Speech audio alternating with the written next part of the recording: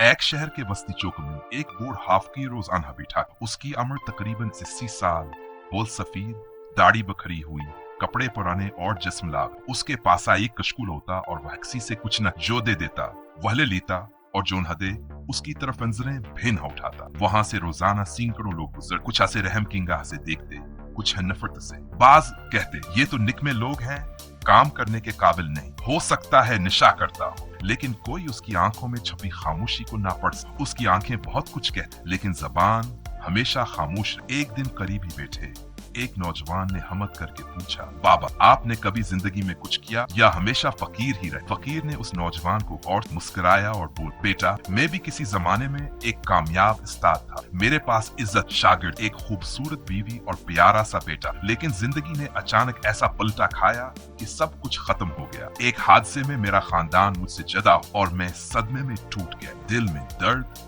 हाथ में कशकूल रहे। नौजवान हैरान रह गया। उसने पूछा, तो फिर आपने दोबारा आगाज क्यों न किया? फकीर ने कहा, आगाज करने के लिए हिम्मत चाहिए और जब दिल टूट जाए तो हिम्मत भी कहीं छप जाती। उसी दिन एक मुअज़्ज़िज़ ताजिर वहां से गुजरा जिसने फकीर की बातें सुनी। वो रुक गया और फकीर से पूछा, अगर तुम्हें दोबारा जिंदगी का मौका दिया जाए तो क्या तुम इसे कबूल करोगे? फकीर ने खामोशी से कहा, अगर मौका हाथ पकड़ कर ले जाए तो मैं पीछे ना हटूं। ताजिर ने उसे अपने गोदाम में काम देने की पेशकश की। फकीर ने शुक्रिया अदा किया और अगले दिन काम पर पहुंच गया। मेहतकासला पहले दिन उसने झाड़ू दिया, सफाई की और खामोशी से हर हुक्म पर अमल किया।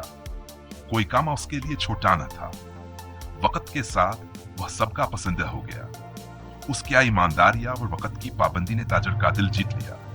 कुछ माह बाद ताजिर ने उसे गोदाम मकान ग्रान बना दिया। अबू है फकीर जो कुल तिक सड़क पर कशकोल लिए बैठा था, दूसरों को काम मासूम पढ़ा था। एक दिन एक पुराना शागिर्द उसके गोदाम में आया। फकीर जो अब गोदाम के मैनेजर के तौर पर पहचाना जाता था को देखकर उसकी आंखों में आंसू आ गए। उसने कहा, उस्ताद जी मैंने आपको हर जगह तलाश किया, आप कहां गुम हो गए थे?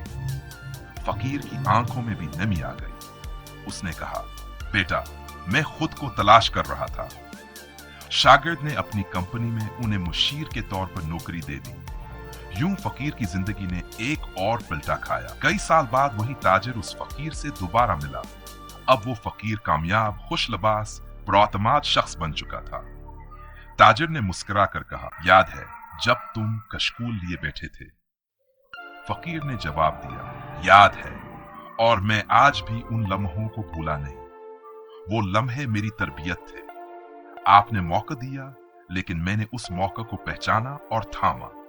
यही फर्क पैदा। जिंदगी में कभी भी किसी को कमतर मत समझो। हर शख्स के अंदर कोई ना आए कोई हुनर छुपा होता है।